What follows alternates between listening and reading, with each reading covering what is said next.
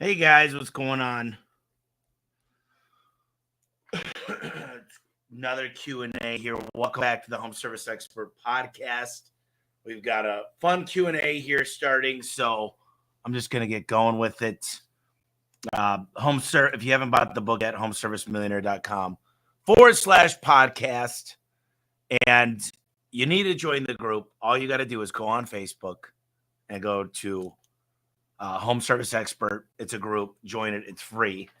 And we'll alert you every time we're doing the Q&A and stuff like that. So let's get some questions rolling. I'll tell you my new book that I'm recording the Audible. I've already done one day. It's going to be a 3-day process, but it's called Elevate. It's going to be coming out. If you go to book.elevateandwin.com, you can order it. It's not out yet. It's coming out March 15th.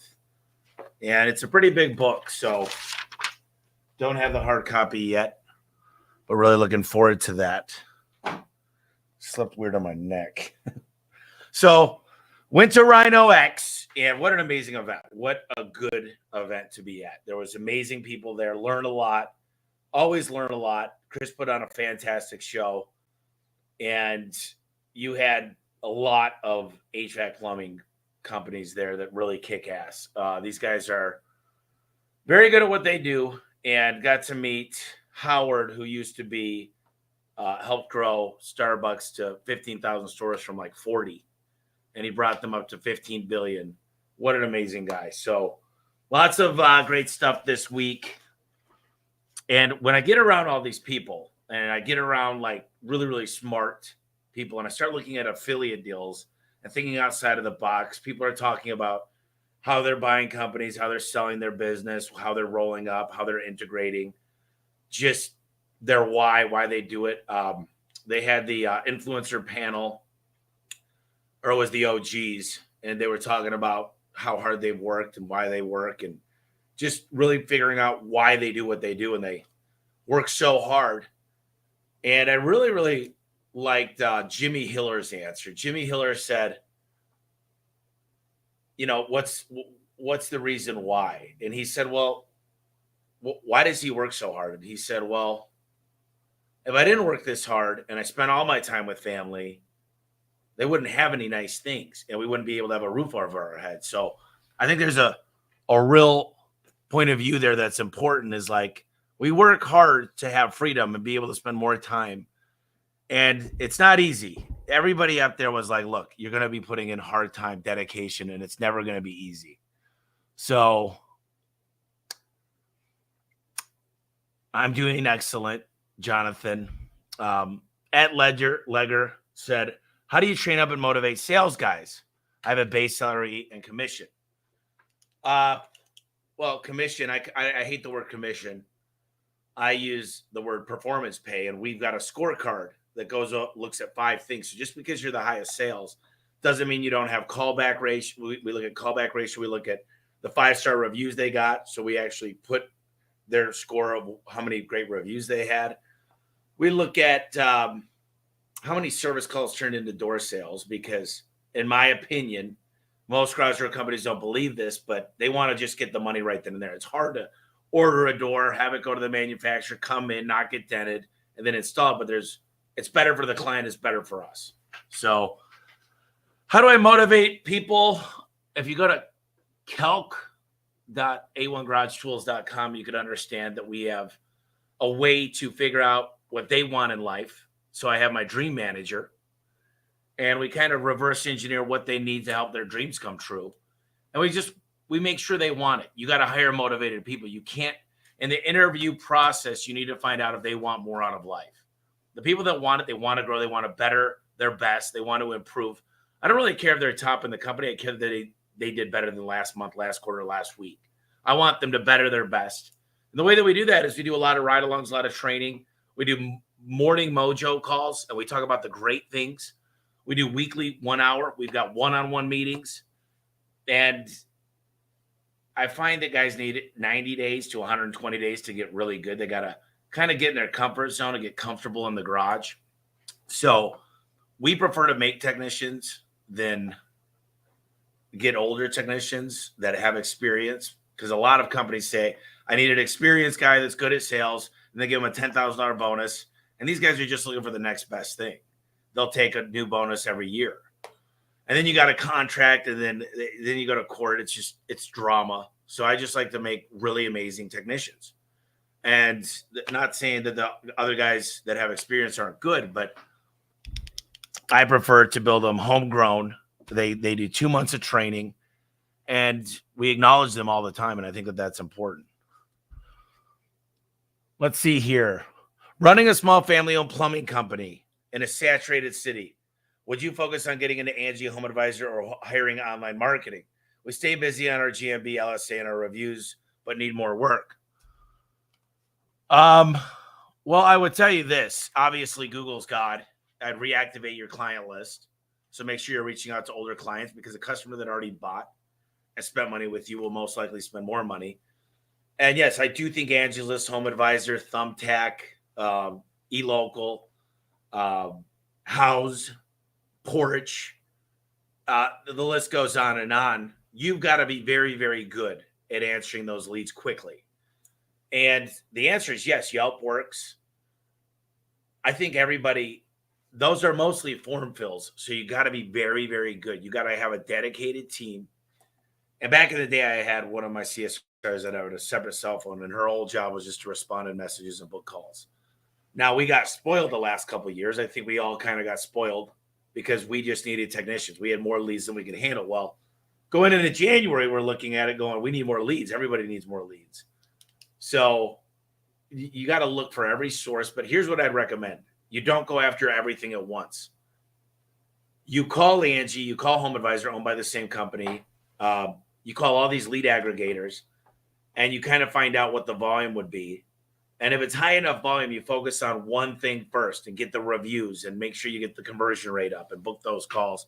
Then I look at my average ticket and just make sure it's making sense, because we know there's a burden cost to run a call, right? So you're going to spend money running out there. And some of these jobs are just a race to the bottom. How could you be the cheapest? So you got to be able, I say, when people are selling apples to apples, I sell oranges. So how do I differentiate myself? Well, we do drug test, background checks, 8 weeks of training. We show up in a new vehicle. But more importantly, we make a friend while we're there. People buy the experience. They remember how you made them feel. So I don't think anything is necessarily a bad lead. The bad leads are people that are like, I just want to do the bare minimum. And I used to deal with those clients all the time, but then I'd explain to them and spend time with them, and they spend more money because they understand this an opportunity cost if it breaks again. And I can't tell you how many clients I've talked to in their garage that said, man, the guy last year told me this was going to happen. I just thought he was a salesman. You didn't connect with that client properly. So I think you got to quadruple down on training. One of the questions we asked at Rhino X was, what do you do in a recession? And the fact is, you get really good key performance indicators. You dial in your systems. You go back to your grassroots. You go back to guerrilla marketing. And you got to be better than the rest. You got to not quit on marketing. And sometimes you got to top grade. Last year, the year before, and the year before that, we were essential services during COVID. And it was very easy. Everybody, if you didn't make money last year, like a lot of money, then you might want to reconsider being in the home service industry, because it was the easiest year to make a fortune. But, the average person yesterday said they raised their prices 5 to 7 times last year. So hopefully you guys are pricing right. This is about taking care of clients. But if you're not taking care of your internal clients, which are your people, then they're leaving all the time. They're looking for the next best thing. They don't feel like they belong. They don't feel like the structure of the company is something that they want to really be at. So, my buddy Keegan walked in years ago and said, you don't have a coffee machine. The lights aren't right here. It's not attractive and conducive to make people happy on Mondays. So we really worked hard to create a great environment for each and every person here. I'm not perfect. I mean, listen, if I said I was, I'd want to quit, because I'd feel like I'm at the beginning of my career, even though I've been doing garage doors for 16 years. But I got a lot of work to do on myself. And the first thing I would do if I were you in this situation is I'd look in the mirror and say, how could I become a better leader? How could I become a better version of myself? Because believe it or not, if you're lazy, if you're sloppy, if you don't show up, a lot of your people won't want to as well. How is the content manager search going? It's going really good. You know, there's certain roles now where I don't want to hire somebody that's learning with me. I want to hire somebody. I'd rather pay them triple, but I want somebody that says, here is my resume. Here's what I've done. I know the code. I know how to do this because I'm buying time. Now, a lot of us, when we're smaller and we're doing a few, $3, $5, $10 million, and that's not small, but relatively speaking, we like to hire people at a better rate, and we're okay learning with them and investing and just going in. But at the point that I'm at, I need an ace in the hole. I need somebody that's going to be dialed in. I mean, listen, I got a guy starting on Tuesday and his resume, I mean, I think he's going to be able to double our lead count. So using social media, by the way, Facebook, TikTok, Instagram, LinkedIn, YouTube, Twitter, all those ways are possible for leads. It's just cracking the code for one of them at a time, A/B testing. And it's something where you're always having to learn. So you need dedicated people. It's an assembly line. You want a specialist in that thing. Because if you just, I call it spray and pray. If you're just spraying and praying, you're going to run out of money quick. What do you look for in a company that you're considering buying up? And at what point in your business does it make sense to buy up a new business? This is a great question. And I asked that to the panel yesterday because everybody thinks, man, I'm just going to go out and buy companies. Number one, make sure the back of your house is perfect. It's clean. You're making lots and lots of money. If you don't have a model that's doing 20% bottom line, do not buy a company. It's hard. I think buying smaller companies is easier. And if you're already in a market, doing a tuck-in is easier. I think when you buy a huge company and you're a huge company, you're also figuring out the infrastructure. It's a lot of work. Sometimes it takes 2 years to properly integrate it. Whereas you could buy small ones. And what I love to look at for me is I love companies that aren't doing Google, LSA, GMB, PPC. I love it when they have a huge customer list. They've got a lot of stickers on the doors and they're not spending a lot in marketing because they've been there for 30 years because I know what I could do when we buy that company. So I look at things. Sometimes they need to reduce their marketing spend, but most of the time pick up their marketing spend, retrain their technicians, increase their booking rate, open nights and weekends. And by the way, some guys aren't open Sundays. I've got guys begging to work Sundays. Both decision makers are at home. I got guys begging to work nights. Not every person, but you got the husband and wife for both decision makers at the home. Your conversion rate's through the roof, higher service to sales.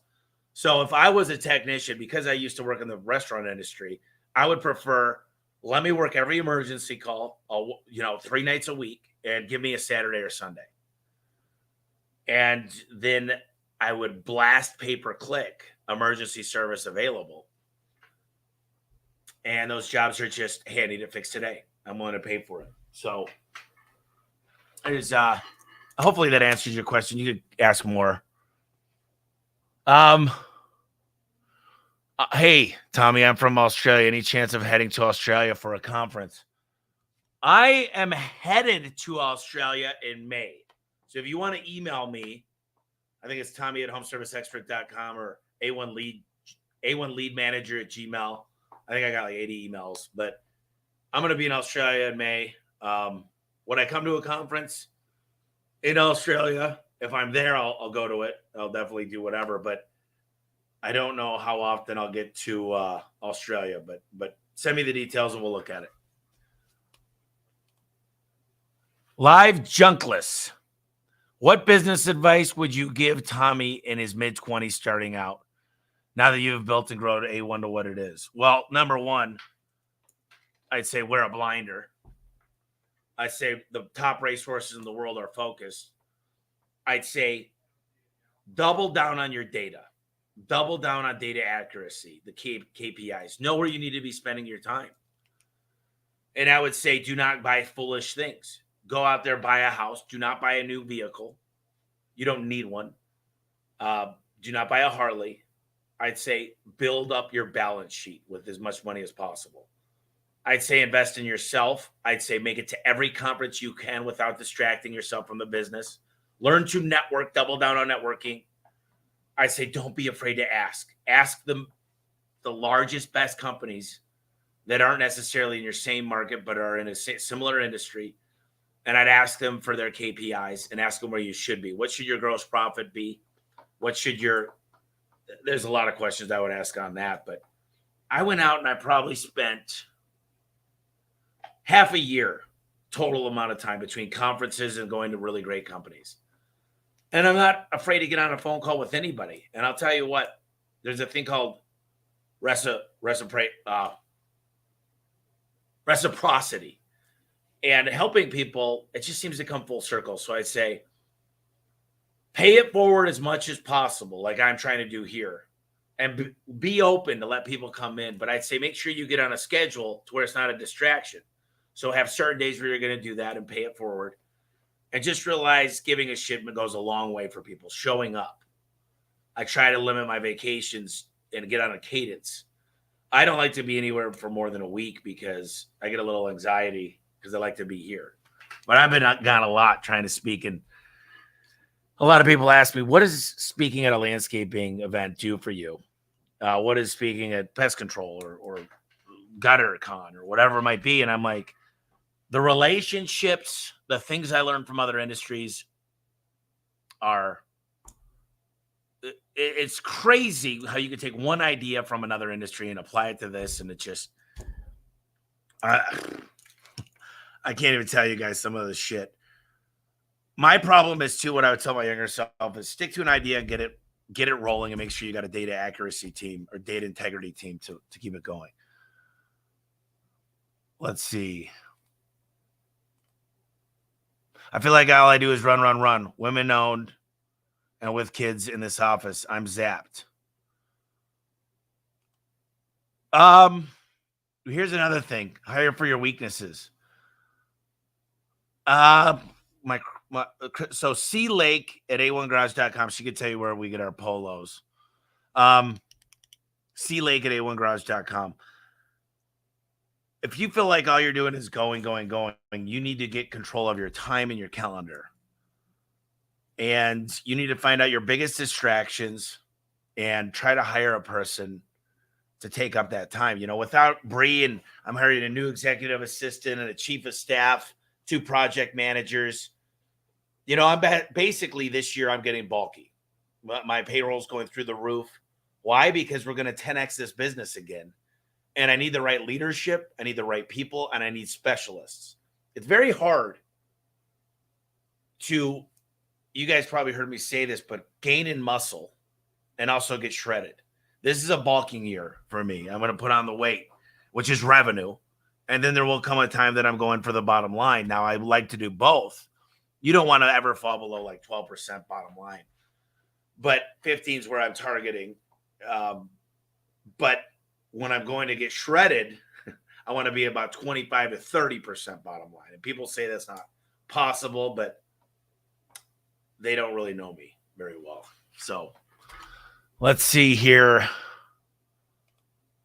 Hi, Tommy. What do you think the best resource for learning how to hire in today's market? Well, read the book, Who. I had him on the podcast. It's going to be coming out. I did it on a Facebook Live as well. So I'd read the book, Who, and then realize that the average person spends 2.5 hours on social media. There's a few key things here. You want to be very good on Glassdoor and Indeed. Make sure you got happy employees leaving good reviews. And I tell you what, Jody Underhill has taught me a lot, and Vanessa. These guys are top of the line, and Jody's willing to take a phone call. Rabbit Hire Pro, Jody Underhill. He's got so much data and so many interesting things and things. What he's building out is a way to understand all your metrics when it comes to hiring. Why didn't a guy work out? Ride along forums, blind surveys out to your people. Because really what it starts with is culture. And I know that sounds bad to a lot of people. How do I build a culture when no one's showing up? And if I don't do it right, it won't get done. And that's just not the way a great company works. So Jeff Sanford said it's all about the people.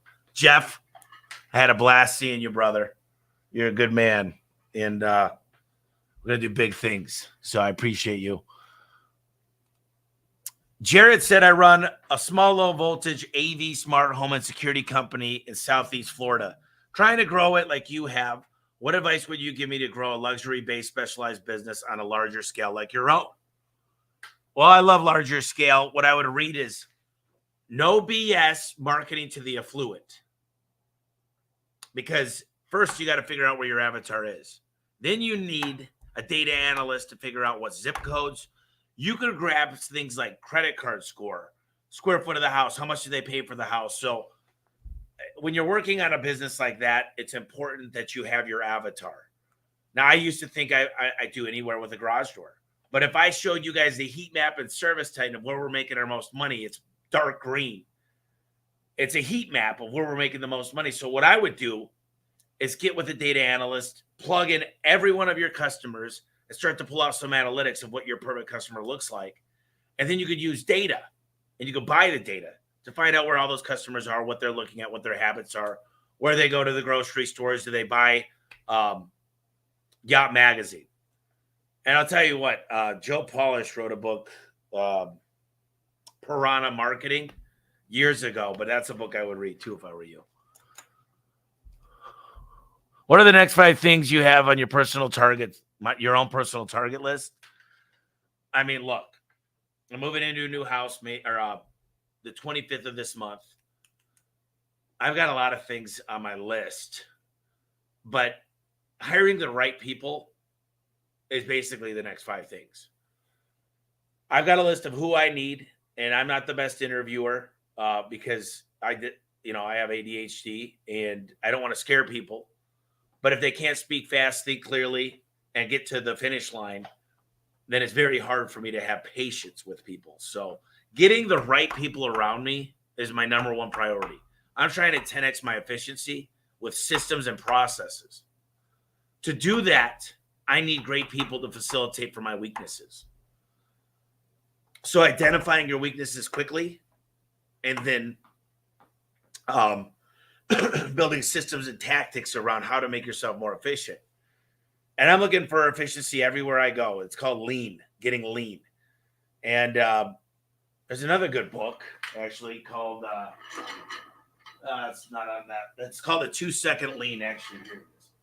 If you want to realize how to always be making your life easier, read this book, 2-Second Lean, Paul Akers. I had a podcast with him about 5 years ago. It's in the Home Service Expert library that I would say I've grown a lot for podcasting. I'm not the best. I'm not perfect, but I've come a long way in the questions I ask, the way I think through the podcast. So if it's not great, don't get mad. How does a booking process go between the customer and the salesperson, estimator at the office, and the admin if necessary? The booking process. So you've got 2 types of bookings. Are they booking online just through our schedule engine, which is beautiful, takes the CSR out of it? We have a $40 service call. We waive it sometimes depending on if we're at capacity or not, and if the customer is pretty serious. We make sure they're the decision maker. But the CSR books it. Now, we've got 2 windows, 8 to 1, 1 to 6. And then in the morning, we don't have any jobs assigned because I don't want, and trust me, the dispatchers are way smarter than I am. But they take it and they say, based on this zip code, this routing, here's where we're going to schedule it, because my goal is never to give my technicians a timeline on when they got to go to their next job. So they're not allowed to see their next job because it's not fair to them to let them see all their jobs and then say, I got to get to this next job. No, if you're at the house, you're in the kitchen, you're bonding with the customer, building a friend, you should be allowed to stay there all day. If you're fixing 4 different doors, doing all the work on them. So it's our job as a dispatcher to figure out that next job, figure out where that client, where that technician needs to go next. Now, the routing systems and that AI is creating, unfortunately, is not where it needs to be yet, because they're not taking into consideration the number of doors, which if you look at regression testing, you could take in certain things.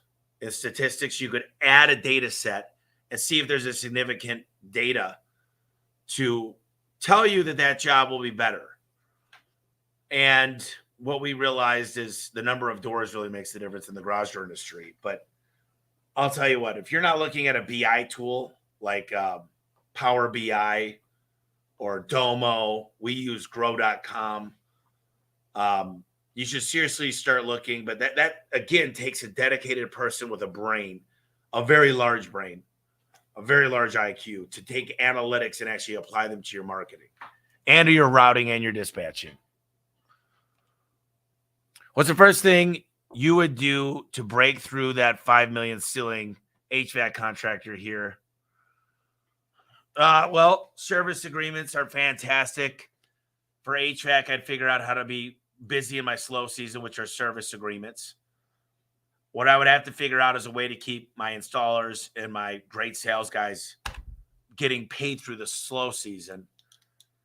And what I would do is double down on reviews. I'd ask each customer for a review. I might service their HVAC unit in the winter, and I'd go after all marketing. I'd go after a review on Angie's List, review on Google, review on Yelp, review on Facebook, review on Nextdoor. And I would use my downtime to create better marketing for season and make sure I'm got my labor. I got all the labor ready for the summer. And I would invest in somebody like Al Levy for manuals. I'd invest in Joe Cristaro for training. I might join Nextstar. Sometimes people can't join Nextstar because they're not big enough for their zip codes taken, but the Nextstar method works. It's a system that's created lots and lots and lots and lots and lots of people that have well over 10 million in the bank. So I think there's a lot of help out there in HVAC, plumbing, electrical. We are focused on garage doors, but it's the same mentality as HVAC, plumbing, electrical. Just a different widget. And I'm going after affiliate deals like crazy. Actually, I got a call after this. If I pull this off, and I've been working on this for years, but I'm right to the point now where I've got the one thing that we have is we're in 20 states and we'll be in 40 here in the next 18 months. And when you get to that scale, you can do a lot of cool things because people want to work with you. Advertisers will make you way better deals. You can do performance pay. Nobody wants to do performance pay in one market. And I'll tell you what, growing out of your market is the hardest thing. One of the, it's funny because I look at Jimmy Hiller. I look at Paul Kelly. I look at some of these badass companies and they just dominated their area. They grew to hundreds of millions in their own market. And I think that's what private equity is looking at is, why do you want to take a little bit? My buddy Doug said this. Why do you want a bunch of hot dog stands and a bunch of markets? So my job as the CEO and the leader is to figure out how to get deep into that market, penetrate a big market share. And that's what I'm focused on. Tommy, I love how you have pounded the pavement first and been on the front lines. That testimony is worth huge respect. So with that said, I'm new CSR. I would love to hear your rebuttal to customers that call in for parts only and a phone quote only. I would love to hear your gold nugget on overcoming these calls and setting an on-site appointment. Thank you. Well, Sylvia, you call in for a part. And what I usually say, and it depends on the industry, but if you're in the garage door industry, what I say is, first of all, I've got your address. I know your zip code. I've got your phone number. And I say, what kind of part are you looking for? And usually what I'll explain to them is, listen, there are a lot of different parts for a lot of different things. Just giving you a spring quote or just giving you a remote, whatever you need, there's a good chance we're not going to get the right stuff. So here's what I like to do. What are your crossroads? I get their cross streets, right? And I say, I got a technician in that area. And he should have the parts on the truck. If it's something easy and you want to do yourself, we could possibly sell you the parts. I don't know. Some of it might be dangerous and we might not sell it to you, but I would need an exact circumstance. But I'd say, listen, if he has the parts on the truck, what I could do is have him stop by, and there's a good chance we could just get you the parts then, but I want to make sure it's the right parts. And let us just get a look at it, because I know my job as a CSR is to do one thing: get the technician to the house. His job is to build rapport, educate, smile, and earn that customer's trust. Because if you just want a part, go on Amazon and buy a Chinese piece of junk and you'll be calling me in 6 months. And, listen, a lot of parts come from China. It's not always garbage. But ultimately, my goal is to just book that call and say, absolutely, my guys carry parts on the truck. Let's make sure you get the right part.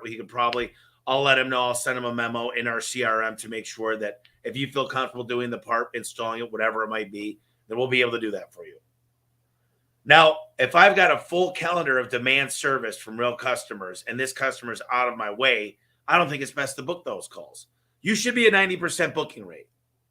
If you're over 90, you're probably booking some calls that might not be worth it. But I'll tell you what, every time I got a parts call, I said, have you ever seen how dangerous that is? I've got technicians that have lost fingers. True story. And if you're okay doing that, you have to have the right tools and the know-how, because there's a lot of tension on that garage door and it is dangerous. It's not safe and people get hurt. There's over 35,000 serious, severe injuries each year and deaths. Let me get someone out there. Let's make sure you feel comfortable with it, but I got to diagnose what's going on. Do you have a fractional CFO recommendation? I'm looking to make a few tweaks in our 2023 budget. Yeah. This guy, Ryan Tandem, does this for a living, and he also had a podcast with me. Ryan Tandem, 612-720-6530. Ryan Tandem, Tansom. That's the guy I'd be calling. Hey, Tommy, what's your advice for an entrepreneur that wants to buy a small electric business but doesn't have a state electrical license? Sellers willing to qualify the company, but only for 6 months. Well, that's the one way to do it is you're going to have to study and get the qualifications. There's a few things you could do. You could I'd go to my lawyer and I'd get an agreement and I'd hire a lot of my buddy's an electrician. He's getting his license right now, and he's still going to stay working for the company. So you could hire a guy like that, work under his license, and just pay him. There's several ways to do it. You can pay him a percentage of revenue. You can pay him for every call you book. You could rent the license from him. There's a liability that comes with that, and the insurance has to go under his name. So you can make him a small partner, depending on if you're ready to take the test and how you want to do it. But me personally, the way that I would do it is I'd find the best badass technician in the world and make him a partner or her a partner. That's the way that I would do it. What do you think makes a successful person stand out from other successful people, and how to pick the best from the best? Well, I think people that have a big want in life, they've got a mindset for abundance. They want more. Right now I don't work for money. I mean, money is a KPI that tells me where I'm at, but I do it because I enjoy the work. I enjoy leading.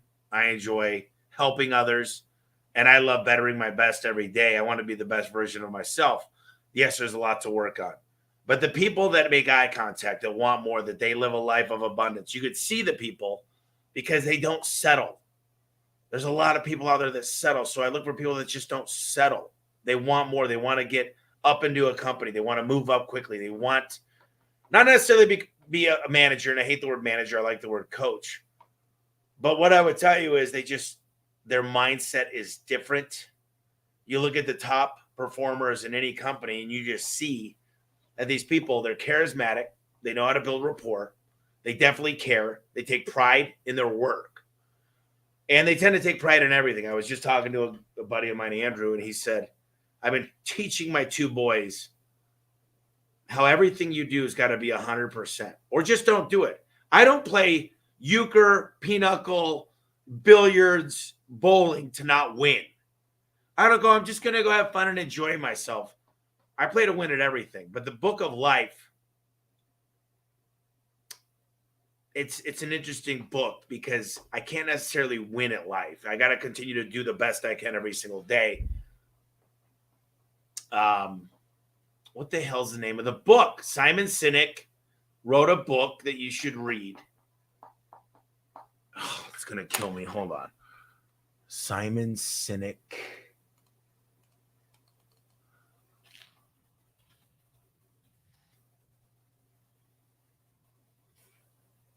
I can't remember why I don't know this. The Infinite Game. Read The Infinite Game. That's the book I was trying to remember yesterday. Damn it. And what he explains in the book is businesses that are playing for the short-term wins always lose. I will take 2 down years to keep the company together and make the right decision with integrity to be ready to scale. I was talking to Doug at Cortec, and he said, hey, man, listen, we play our cards right in some of these deals in the funds. And he said, we're ready for when the time comes. The market will turn into a great market. I'll tell you what, a lot of people make their money in a down market, but read that book. I think you'd really enjoy it.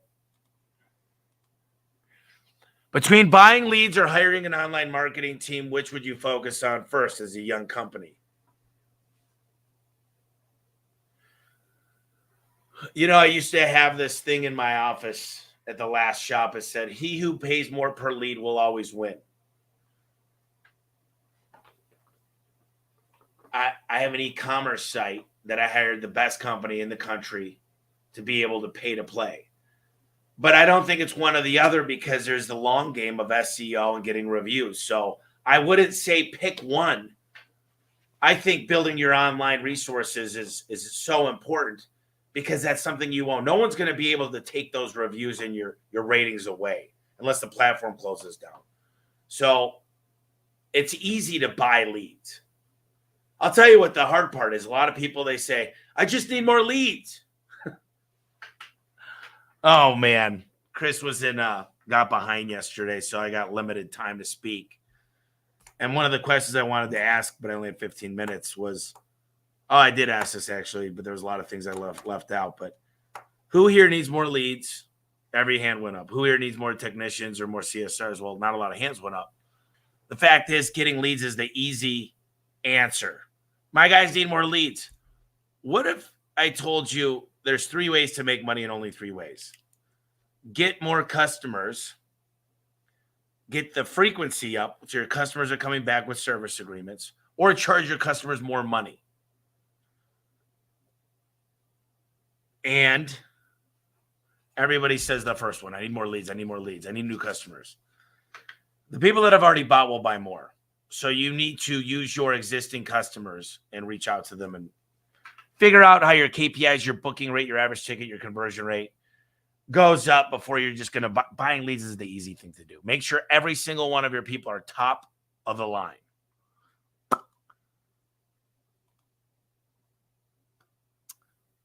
Run a family sign company that has been open for 28 years. Feels like everything is missing, and we still make $8 million a year and have more work than we can handle. And we didn't have the systems in order to get this big. Trying to start Traction right now as a starting point, but do not know what to start on. Well, Traction is a great book. Gino Wickman's a genius. I had him on the podcast as well.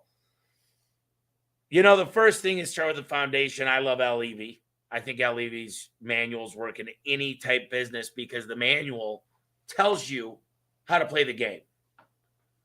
And then the KPIs or your CRM tell you exactly what the score is. So I think in any business, starting with a foundation of manuals, standard operating procedures, checklists, getting a data integrity team built. You know, without seeing the business, all I would know is I need to know the score. The first thing people need is systems to see the score. Because then that tells you where to put the time and effort and energy into. And what your job is as a leader should be to find the weakest link and put all your attention into that. I can give you an example. A year ago, we were at a 10% abandonment rate on the phone calls. Now we're at a 1.5%. 10% of the calls of demand customers were not getting answered. So knowing that data, I mean, I almost shit my pants when I saw that. And I went into fight or flight mode, and that's what we focused on. So knowing what you need to do is by getting the score and understanding what those numbers mean and how they help with the revenue or profit. Those are the 2 goals. Core values, training, data, SOPs, it is all missing and feels super important. Yeah. Where do you start? Get the data first. You can't train on something you don't know where the winners are.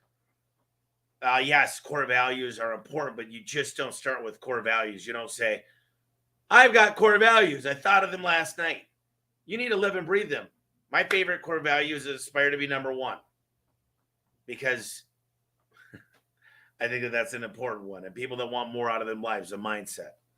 So that's where I would start, is getting the score first to understand how you're going to develop the training.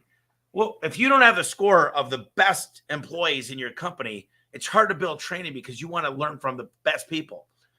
You should be involving your team. And here's the real truth. If you don't plan on your culture will happen regardless. You don't know what the culture is, but if you walk in that room and you have someone in your family or friend walk in and say, what does this feel like to you? Howard yesterday talked about just sitting in a room and the walls talk to you. It says something. And hopefully it's a great culture. But if you let the culture happen sometimes and you don't plan on it, it's not great. And I'd be careful of that. What up, homie? Good to see you, man. Good to see you too. It just says Facebook user. Do you have great mentors in the construction industry that you would recommend? Depends on what construction industry, but I could tell you what I would do is I'd go find the biggest, best companies out there that have probably either partnered with PE or gone public. And I'd find 10 of them, and I would literally mail them. There's a great book called Giftology. I'd send them a gift. I'd send them a nice letter. I'd make it heartfelt. And I continue to follow up with them because success leaves clues.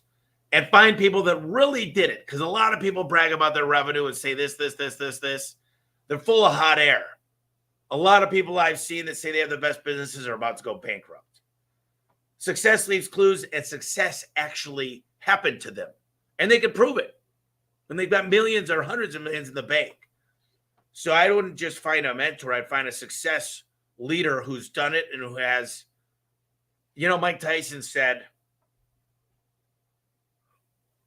he could never coach another fighter.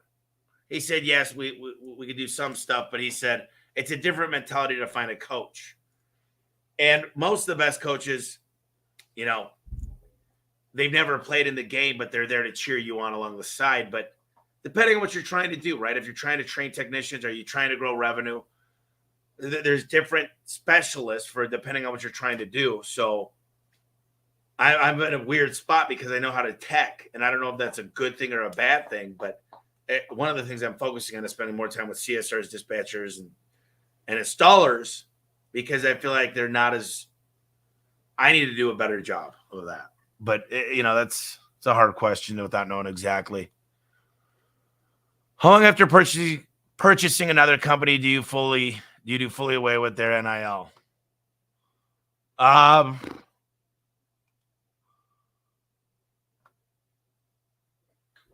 I would, my controller and my CFO handle that. It depends on the industry. Yeah, I'm going to need a little bit more details than that. But first thing I do is get them on our chart of accounts and get their whole team out to retrain, get them onto our CRM, get them onto our Paylocity account, which is human resources. And then there's a few things there, but let me know the industry.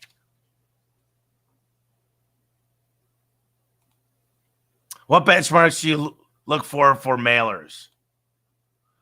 I look at a mailer being under 10% of revenue. And that's an interesting topic, because how do you get to 10% of revenue? Well, Valpak doesn't work for a lot of people because they don't have the right conversion rate or average ticket, and they don't have the right booking rate. So fortunately it works for us. But ultimately what I would tell you is I'm able to send mail for under 30 cents, but I have to buy the data. So, it's just, I say with mailers is I look for when it hits homes, is there any other mailers hitting at the same time? And then I'd make sure I have attribution, so I'd have call tracking numbers. Ultimately, I think I need more context to that question too. Where do you find a good data analyst? Upwork. And find somebody that's expensive and does a great job and has a resume. There's data analysts all over the country and all over the world. Depends on what you're looking for exactly. But the first thing I would do is I go on Upwork and hire a consultant. And I might even hire a consultant to help me find a data analyst, like a recruiter.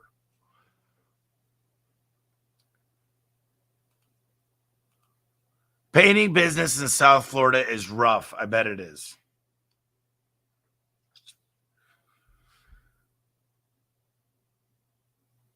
Yeah, South Florida had the hurricane. I would really look into with painting.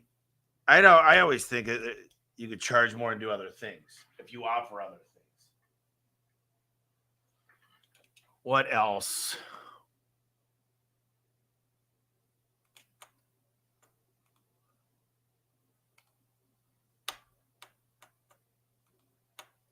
Huh.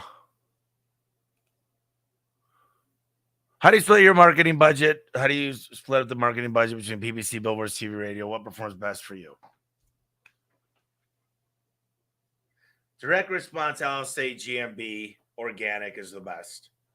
Pay-per-click is the most expensive, but your goal, as you're putting more money into TV, radio, billboards, your pay-per-click will go down because people are searching for you. So that's called branded versus non-branded.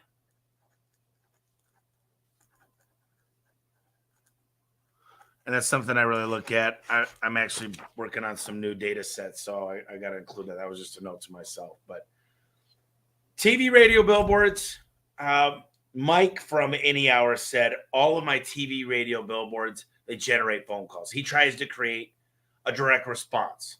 And there's a great book called No BS about direct response marketing that Dan Kennedy doesn't believe that there needs to be any marketing that doesn't make the phone ring. So I'd read that book.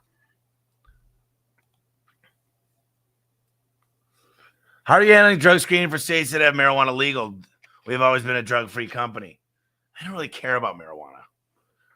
Just don't show up to the job site on any type of THC. Look, if you're not going to hire, so wait a minute, let's go through this. This is interesting. So I want somebody that's presentable, hopefully not a bunch of face tattoos. I mean, that's tough. I want somebody that knows sales, that smiles a lot. I want somebody with a clean background check, hopefully not on any major drugs. I want somebody, so driving record, they need to be able to sell, they need to be technical. The marijuana thing is not my highest care. I just don't want somebody that needs to stay high all day, every day. If they smoke marijuana on weekends before they go to bed or whatever they do, literally there are guys that used to have a fully shaved policy. Well, now that they're letting their people have beards, this is the new mentality. And I don't see people, if you show up and you smell like marijuana, you're hitting a vaporizer during work. That's a no-no. You're going bye-bye. But I'm going to let people, that to me is something you're not going to get around that. You just got to have good systems in place to make sure they're not doing it while they're at work. We are mid-branding process with Dan and team, as well as building manuals off of Al's books. What would you launch both at the same time? Almost a company relaunch. Yeah. My buddy Cody Johnson launched both at the same time. I mean, listen, branding has nothing to do with manuals. In the manuals, there's nothing about like how to do branding correctly. The manuals tell you how to run the business, and it's a way to say, here's your manual. Let's read it together. Let's sign off on each page so you know how to play the rules. Let's make sure you understand your pain, understand if there's an emergency with the truck, and understand how you ask for PTO and the process and the contacts and how your whole pay structure works and when we're expected to meet with each other and hold each other accountable. That has nothing to do with branding, so I would do them both.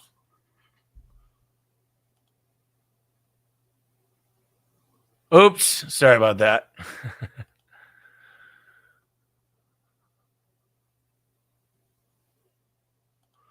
How do I plan my day? Well, it's shifted a lot in the last 10 years. I mean, look, Bree plans my day. My Google Calendar is my day. And I'll tell you one thing. Once I get in this new house, I'm setting up 20 whiteboards. And I'm going to start working a couple days from the house. And I'm going to have really, really important brain sessions. And I'm going to get to the full system, who we're hiring, how we're planning it, how we put it into effect, because there's a lot going on, man. If you knew what I had going on, we've got damn near 700 employees. I've got a million things going on. I bought 2 houses last week that we're flipping. I'm looking at a property down the street to build another warehouse. It's incredible. So my biggest goal with hiring is planning my day is how do I hire better people, not better people, but more people to help facilitate the scale I'm at today. Elon Musk has a lot of great people around him. I promise you that. And he delegates. He's become a master delegator. So delegation is a skill, and you can learn how to do it. The infinite game, thank you. That was a while ago. Cody will do. Got to buy leads when starting out. Then rebrand the truck. Good location. Top-notch site. Once you're prepared for 50K rebrand, ads will cost less too. As leads have gone down, I've seen with our clients, booking rates go up, closing rates show up, and revenue went up. Congrats, right? Levy's website, 7powercontractor.com. I think there's a discount if you put HSM at the back.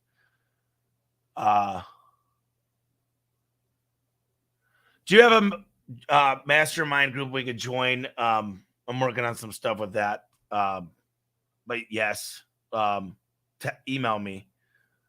Recent moonlighters in my market are starting to drive me nuts, stealing my yard signs and such.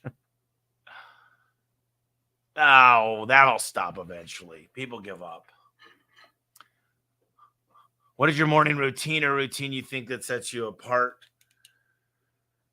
I can just tell you guys this.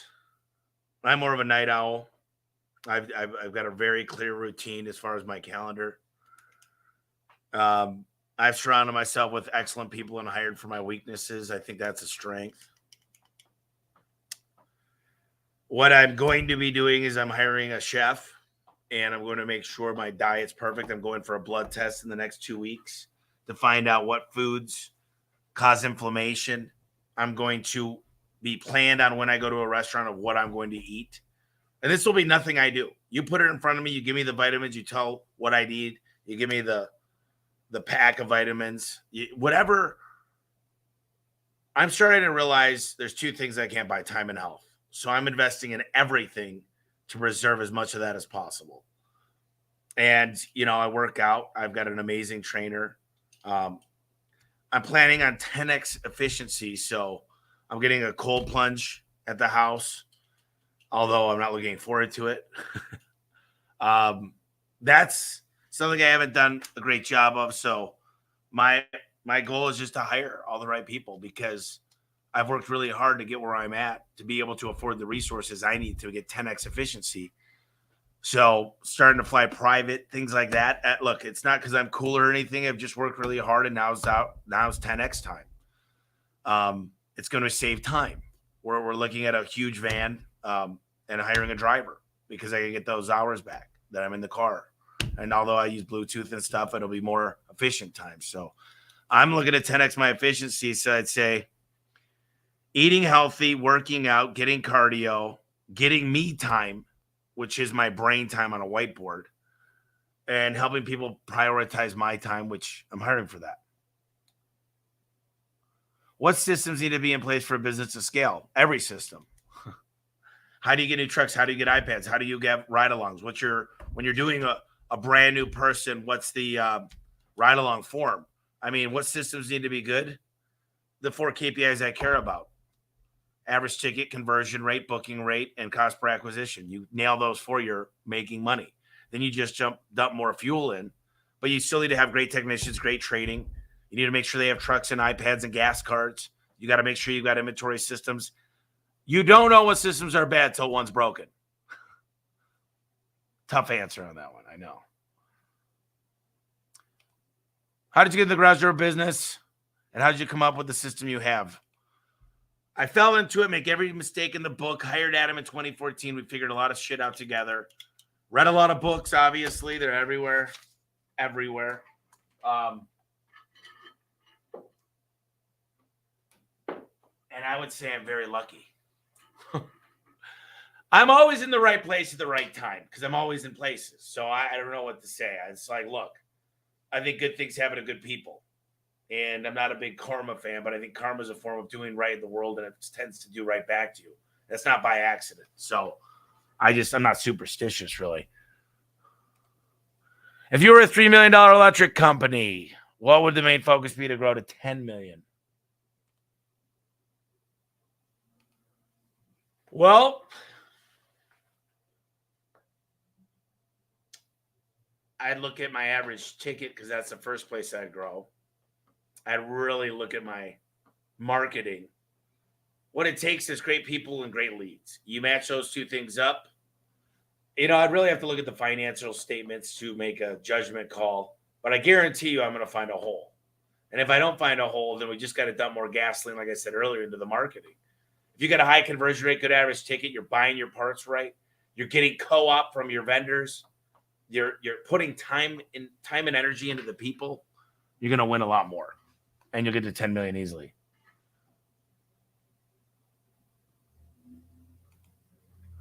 I continue to read and hear more about KPIs and reports. We currently have service time, but what are you missing and how are you running these for daily, weekly, monthly numbers? Well, listen, we've got our own API. We use Grow.com. We use HubSpot.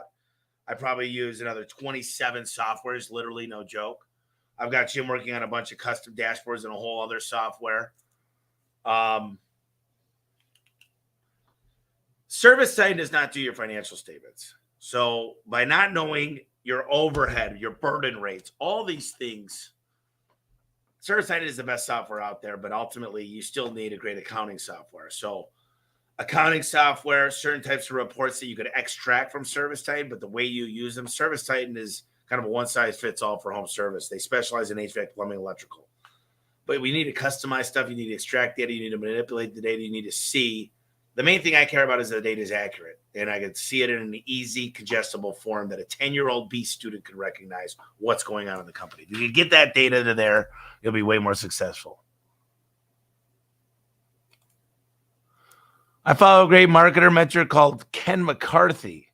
He once said that the most powerful selling tool of all time is demonstration. My clients in the service industry sells a lot with demonstration videos. Love it. Thanks, Tommy, for sharing your awesome content. You've grown organically and through acquisition. Have you considered franchising as a growth option? What are your thoughts and method of growth? I don't really like I think franchising are great, but you got the FTC breathing down your neck. And what businesses want when they buy a franchise, business in a box. And unfortunately, if I was to do a franchise, I'd be smart, like Chick-fil-A, and pick the best people. I would not sell franchises to anybody. I'd make you qualify, like McDonald's. You would not just get a franchise because without the right person that's going to put the hard work and get the training. Franchise owners, most franchises, here's what they do. They say, I've got a pretty good system. I'm doing okay. Let's go sell this system and sell for 20 grand a pop or 50 grand a pop or whatever it might be. And let's pop a 6% percentage because I can't make it in the real world. Not everybody. The best franchises in the world don't work like this. A lot of people say, I'm not willing to do all the hard work, so I'm going to try to take an override on all these businesses, make money on the supplies, build a decent website, business in a box. If I get 100 small ones, I'll be making pretty good money on the 6%. Plus, it's a startup. I get that 20 grand every time I sign up a new franchise. And that's for the weak at heart. You want to make real money, you grow greenfield. And if you can figure out how to greenfield on top of an acquisition, which is fix their KPIs and take market penetration, I think that's the best of both worlds. But you got to figure out how you're going to integrate and get the culture right.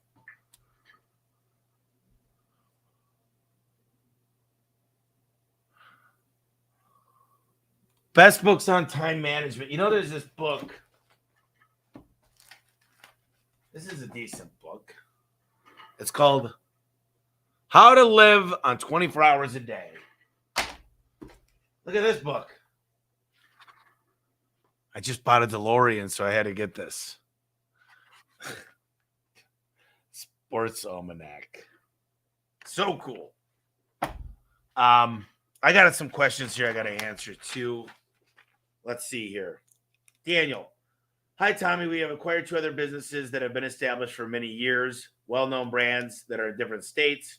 When is it a good time to rebrand them so we are under the same name as a company name, or should we leave their original names and capitalize on their good names and reputation in the areas of the state? Our company is not well known in these states or territories. Ken Gooders would tell you he wants to catalyze the country. Any smart PE firm would tell you keep the company name, apply the same logic, rebrand it, rebrand the new brand of the same name to make it sexy, make the trucks look good. I know my methods work in any home service company and any garage door company. I don't need it to be A1. Now, there's some downfalls to that because I've got to change my invoicing, which ServiceTitan allows you to do. I've got to have different guys with different shirts so I don't get mass quantity purchase price. I don't get the national type stuff I would get.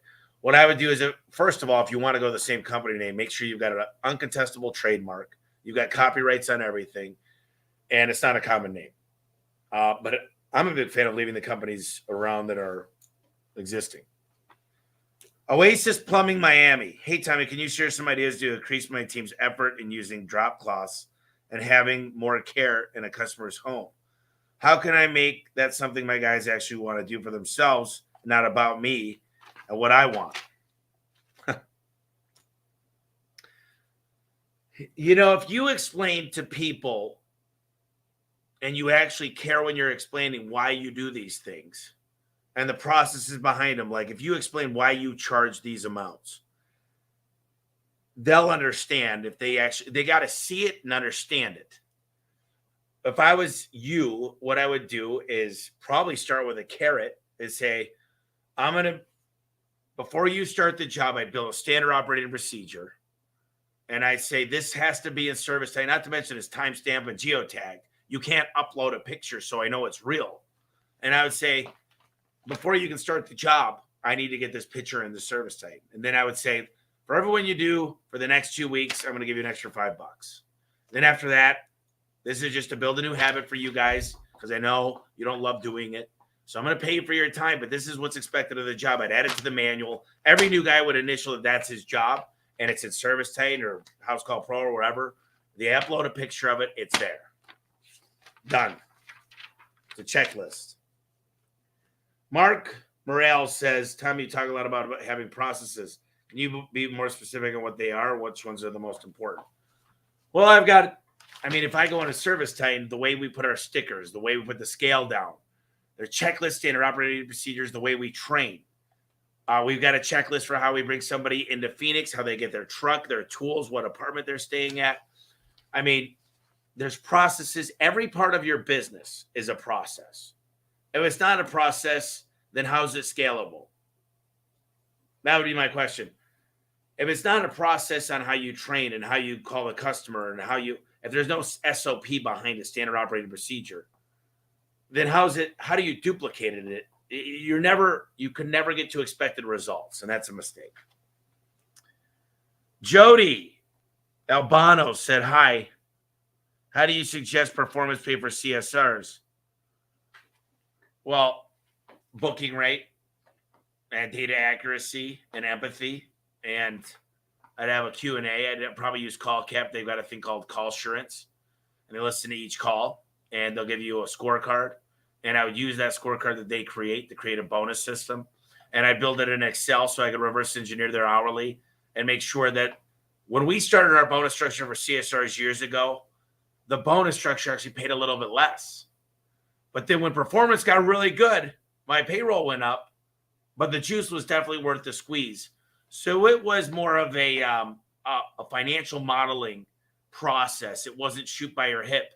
When we figured out the average ticket and the booking rate it went up, and data accuracy from not going to the street instead of drive. And we actually looked at the facts. It was really easy to see that our performance pay made us more money, and therefore we were willing to pay a lot more money. And then we were able to attract more A players. So it all worked in an amazing way. Admin employees, their bonus structure. Listen, you got to start out with an OKR, outcome and key result. What's your goal? How do they affect the outcome? How much is that worth to you? And then you can build the exact financial modeling and performance pay. 99% of people shoot by the hip. They come up with a bonus structure and they say, hopefully this sticks and hopefully it works. And then it's a mess. John said, I've heard you reference equity incentives a few times. Have you developed anything in your business for widespread employee ownership? If you want widespread employee ownership, do an ESOP. And I could talk about an ESOP and what that means. Oh, well, you said ESOPs seem to work for medium to large businesses' retirement vehicle, but current profit sharing schemes with equity schedules are more of what I'm hoping to find examples of. You could get a hold of my lawyers. I use a company called Foley, and you could just search employee equity incentive programs, and there's ways to do. There's usually a 5-year vesting. There's a lot of things that go into that. And when you start an equity incentive program, there's what's called a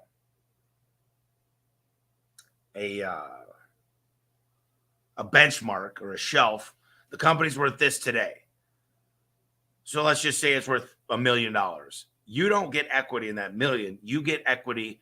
So when other players come in, they get equity of whatever the business is worth that day. So if you're doing equity incentives programs, you got to have a way of recalculating how much the company is worth every 6 months. And then they come at that previous one.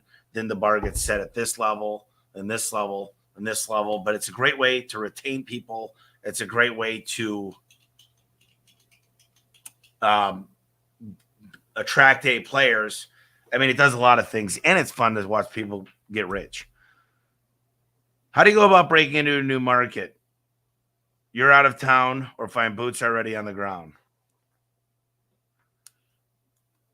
So you're talking about greenfield growth. There's a lot of things. The main thing is, how do you make the phone ring and how long does it take? So it's all about lead acquisition. I've gotten good at recruiting. So going into a greenfield is all about getting your Google where it needs to be, understanding a way to get reviews. I go through a lot of stuff with this, but this would take up the whole hour. So you could come out and see me and I could go through exactly how to dominate a new market, but it takes time.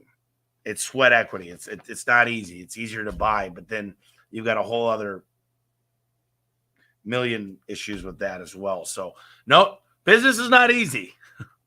Co-crew pools. Hey, Tommy, I'm just starting out and only have $10,000 cash. I've been debating buying a new truck or wrapping the 2008 Tacoma I have now. How important do you think having a wrap on your truck is? And do you think there's somewhere I could spend the money better to grow? Well, I would say I'd wrap your vehicle now with $10,000 in the bank. And I make sure it's damn sexy. Don't put stupid shit. Don't put a bunch of, I do this. It should be clean. You should know exactly what you do. Take a picture of your truck, black and white, after it's wrapped. If it doesn't pop out what you do, easy call. Like, look, you should have your brand name, maybe a website, not much else. Don't put 5 stars on Yelp and all that other crap. And you don't need to put that you do garage doors, garage rollers, garage springs. We know what you do. You could just put the name of the company. Hopefully the title of what you do is in the company name. Then yeah, first thing I would do is call all my friends and family. That's how MLM works. And I said, let me come do whatever the service you're doing is. And I want to do it for a very, very good price. And then I'd ask them for a lot of reviews and I'd see what else I could do there and give them a great rate. And then ask them for who their neighbors are, who the HOA president is, who else they know that could use your service. And that's where I'd start. It's through friends, family, connections. I'd get with my church. I'd get with my softball league.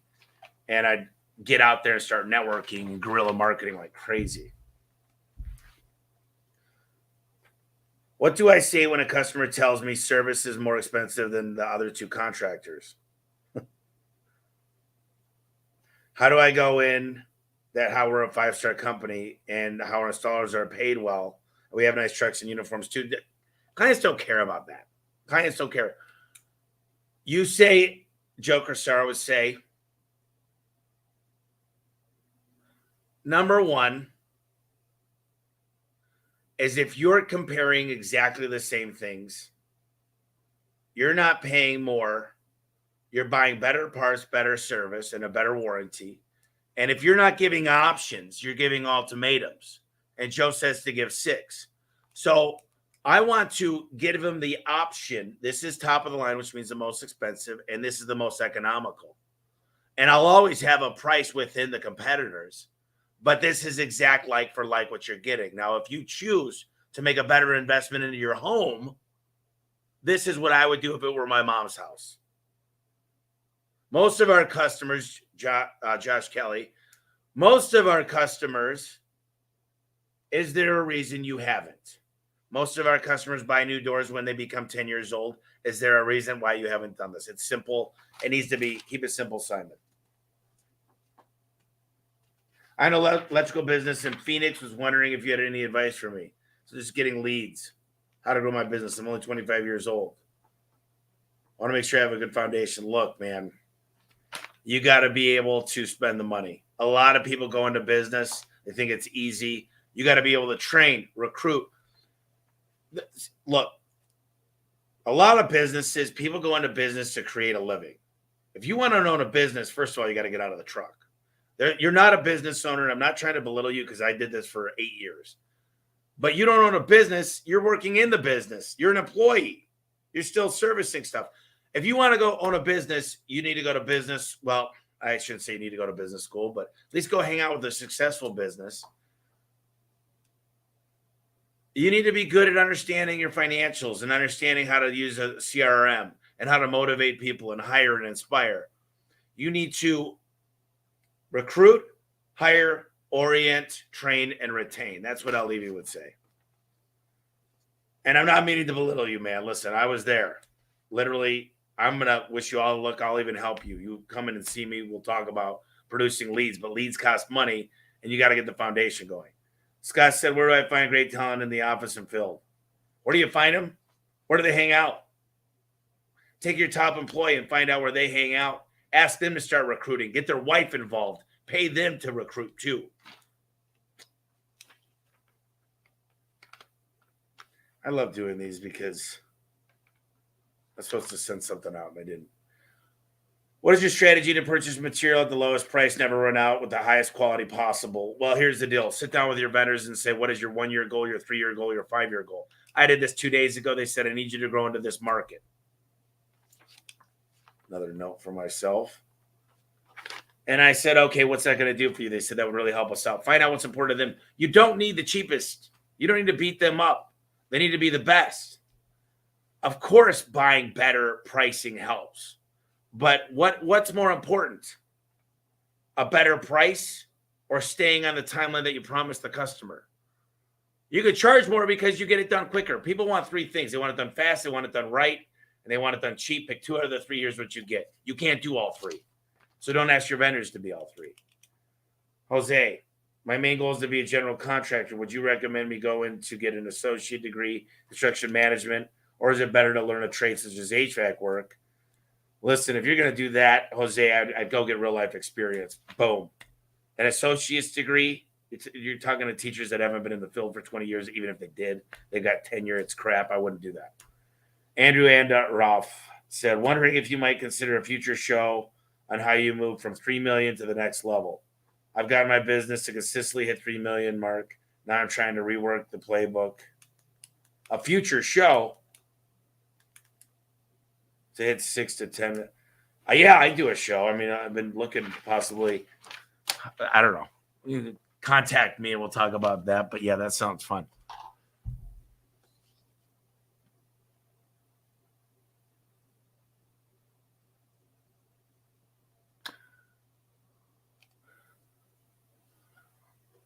Hey, Tommy, I'm curious, when creating your training and manuals, did you start with Levy's manuals? What other resources did you use? What other advice would you give a business that doesn't have any process yet? Well, I walked in my office and said, let me see your manual. And I reached somewhere in the office and pulled a dusty, huge thing in that didn't get touched for years. And his manuals are the best because he realizes that the CSRs, technicians, and dispatchers are a triangle of communication. And you need to make the technician manual to build the dispatch manual to build the CSR manual because they all work in combination. And because he's worked with so many companies and had his is the foundation, you tweak it and make it your own. If I didn't have Al, I'd probably still be without processes. So it would be like reinventing the wheel when it's already built. I would say use that. And Al offers 5 phone calls. Use every one of those phone calls because 99% of the people that get his manuals, they don't do it because they're too lazy to go in and work on the business. And they don't want to. Al holds you accountable, and that's the worst thing in the world. That's why most of you guys don't have trainers, because now you got to be accountable to going and working out. So if you want to be accountable, get shit done, then you order Al's manuals, you make the phone calls, he gives you the assignments, and you get it done, and you implement right away. You want to know my number one secret of success? Is that I'm an implementer. I don't bullshit. I come to work and I get shit done. And I'm not lecturing you. I'm just letting you know that you order the manuals, you start them. You know what the most annoying thing in the world is? People that hate the Bible that never read it. It's so annoying to me. So what I would do is start with that foundation, nail it, and then scale it.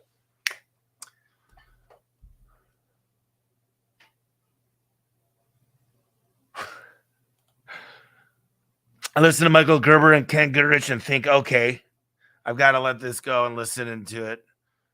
Okay, I've got to let's go. Then I listen to this and I'm like, maybe not. Not connecting that. Sorry, Mike. Can you start a business without working in it first? Yes. I think it's a downfall to even know the business. Do you think, you know what I realized? I was pre-dental. I took anatomy, physiology, biochemistry, organic chemistry, 65 credits of science. I took advanced calculus, all this crap. Then I interned with a dentist that was still in debt at 47 and said, make sure you specialize, and I'd get a business degree first. And then I realized every person that owns all these dentist service are not dentists. They're not dentists. They never worked on teeth. They're good business people. They understand KPIs. They produce decks each week and understand what needs to happen. Same fundamentals as home service, any industry. You know, Walmart was smarter because they got into the politics side of things and they figured out how to employ a person for under 30 hours a week, so they didn't have to give all these benefits to that actually are receiving benefits from the government. I mean, look, the fundamentals are all the same. Some people are able to negotiate. Some people are good at finance. They're financial engineers. I would tell you I wouldn't learn the business now. But here's the deal. I had to learn the business because I didn't have any money. So I had to do the work for a decade. And it's an advantage and a disadvantage.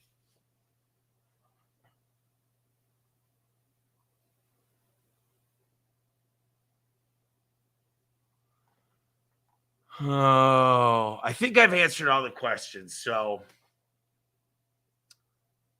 hey, Tommy, why don't you go into the wholesale pricing space? No offense, but I'm really good at retrofit residential garage doors. And there's still a lot of room to go. And I'm a specialist. I'm the best at what I do. Why would I go into anything else when there's so much white space out there to go into? So many people are like, I can make money here, here, here. You throw me in any industry right now, anything, I'll make a freaking fortune. But where is the best hour of my time spent? If you guys knew the math on how much I figured out I make an hour, you'd say that's not possible. And I'm not going to even say it, but let's just say it's a crazy, crazy number. And why would I go and put any brain matter or activity into anything that doesn't support what we're already doing? Now, if I went into other industries, I just hired the best CEO in the world and say, you go do it. I don't even want it. It would be an investment. But that's not where my time's going. So anyways, boys and girls, ladies and gentlemen, I love this. Great questions. I can tell you I'm obsessed. One of the little updates is I'm working a lot with AI. And I will be at the cutting edge. If you guys are doing anything with AI, reach out to me. I'd love to share notes. But we're going to change this one industry in the game. And I'm not letting go of any employees. I'm not trying to get rid of human labor. I'm trying to get more efficiency so I don't need to hire as many as I go forward. So lots of good stuff. I'm obsessed with marketing, so I'm getting marketing heavily into AI marketing. So anyways, I had a great time. I've got to go record the new book. This will be my second recording. I'm going to try to knock it out in 3 recordings. This is just massive. So hopefully I didn't lose my voice too much. So when you guys listen to the Audible, Elevate and Win, Elevate, build a business where everybody wins. Let me read you guys. Oh, this is the other one. Let's see here. I'll read you guys the foreword.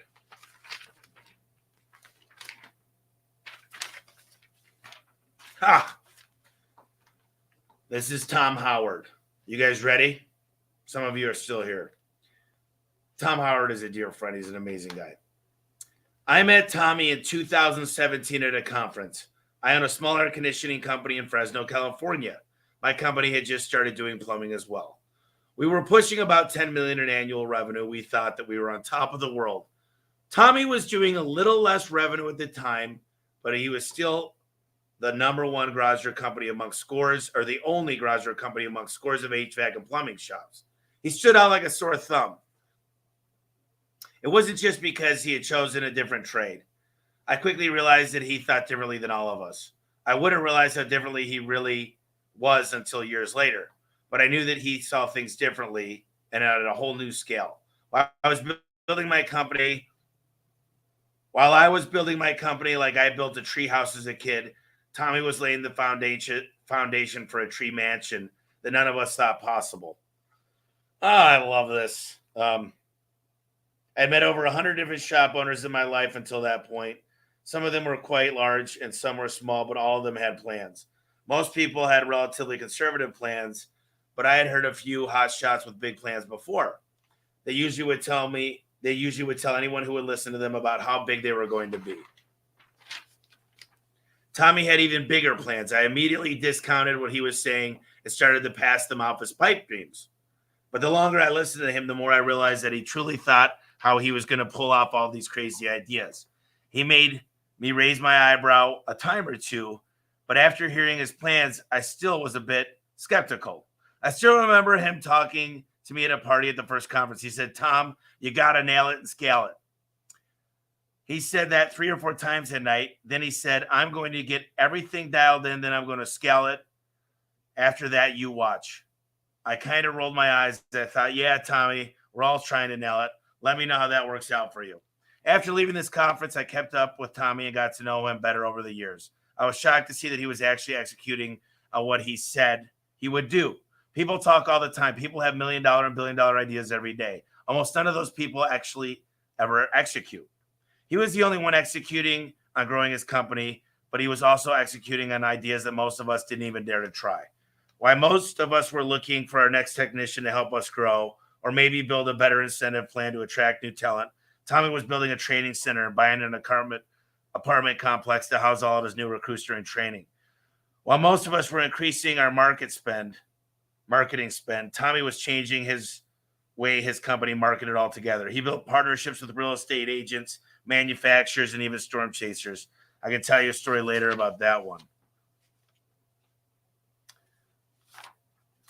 I didn't know it at the time, but even the conference where I initially met him was not intended for him.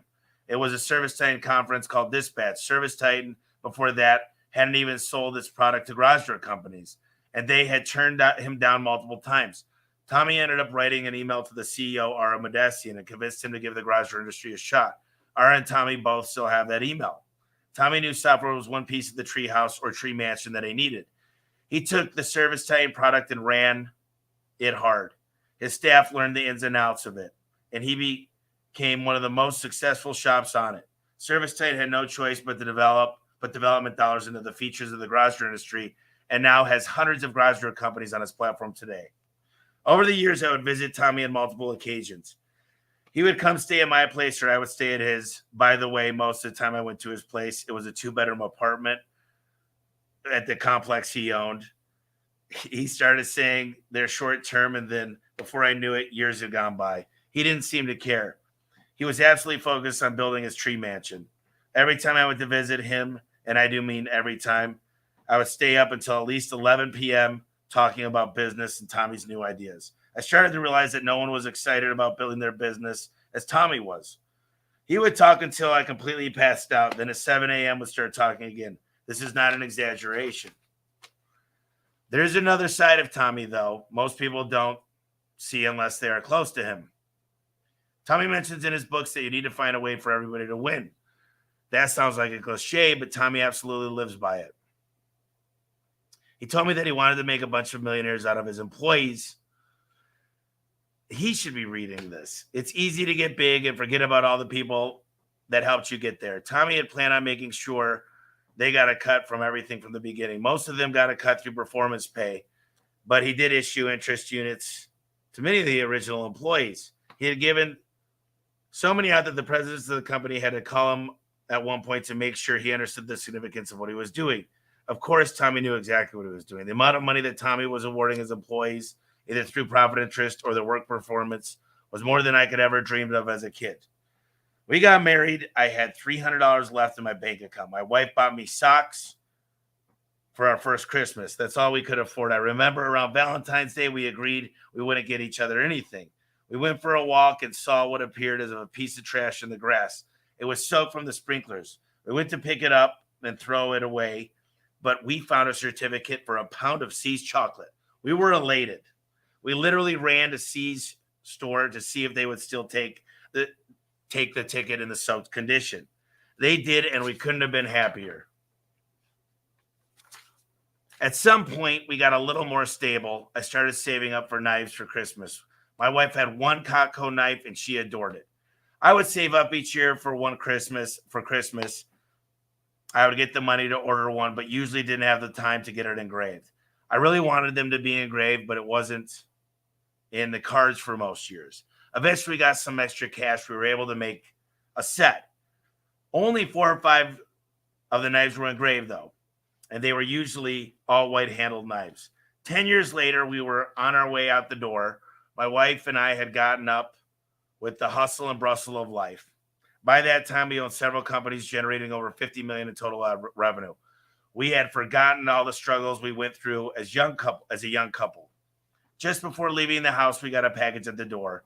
It was a silver box, and we had to open it. It was from Tommy. It was a set full of white-handled Cutco knives, and every one of them was engraved with my name and my wife's name on them. I had to stop. I was shocked. It changed my whole thought process. The hustle of life had caught up with me, and Tommy forced me to slow down and think about where I had come from. Tommy continues to build this tree house or tree mansion or whatever you want to call it. But what good is a tree house without the people to share in it? I hope you will read this book and get the vision into many of the conversations and ideas I have to be able to hear Tommy talk over the years. Most important, I hope you see that Tommy is who he really is, for who he really is. If there is anyone you can learn from about maintaining an elevated mindset and developing skills in leadership, culture, marketing, recruiting, and systems, while all remembering your team, it's Tommy Mello. Tom Howard owns multiple home service companies in the California area, including an HVAC and pest control company. After acquiring these companies, Tom tripled their revenue or better in the first 4 years. In January 2020, Tom also joined ServiceTitan as the VP of Customer Experience. Anyways, I get a little emotional because me and Tom are good buddies, and I just love the guy. But I think it's a good book. I think you guys are going to like it. And I appreciate you guys listening to my rant. Hopefully you guys take some notes and apply some of these things. I hope you guys have a wonderful week. Make it great. We'll see you guys later.